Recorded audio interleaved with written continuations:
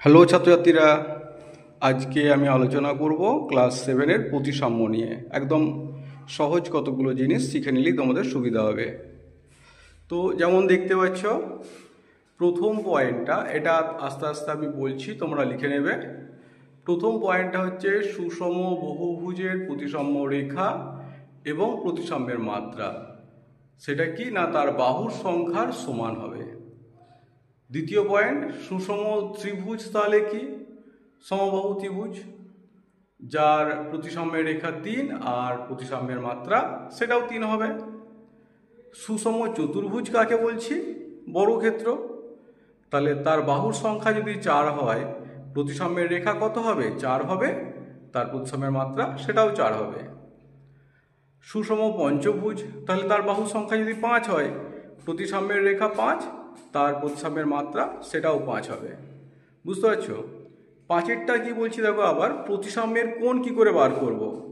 সেটা নিয়ম হচ্ছে 360 ডিগ্রি, তাকে প্রতিসাম্যের মাত্রা দিয়ে ভাগ করো, প্রতিসাম্যের কোণ পাওয়া যাবে। যেমন বর্গক্ষেত্রের প্রতিসাম্যের কোণ 360 ডিগ্রি, তার বাহু সংখ্যা 4 দিয়ে ভাগ করে দাও মাত্রা, তাহলে কত পাচ্ছ? 90 ডিগ্রি। পঞ্চভুজ হলে 360 ডিগ্রি বাই 5, সেটা কত হচ্ছে? 72 ডিগ্রি, 72 ডিগ্রি। এবারে আসছি 6-এর পয়েন্টে, সুষম বহুভুজের বাহু সংখ্যা। সেটা কি করে বের করব? 360 ডিগ্রি বাই প্রতিসাম্যের কোণ। তাহলে যদি আমি একটা বলছে সুষম বহুভুজ, তার প্রতিসাম্যের কোণ 60 ডিগ্রি, তাহলে তার বাহু সংখ্যা কত? তাহলে বাহু সংখ্যা কত হচ্ছে? 360 ডিগ্রি বাই 60 ডিগ্রি। তাহলে কত উত্তর হবে? 6টা। আর একটা স্পেশাল কেস না, আয়তক্ষেত্র আর বর্গক্ষেত্র এদের প্রতিসাম্যের রেখা এবং মাত্রা দুটোই 2 করে।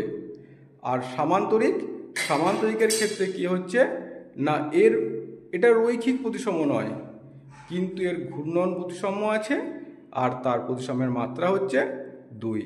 ঠিক আছে, আজকে এই পর্যন্তই। আবার পরের দিনে নতুন কিছু নিয়ে আসবো।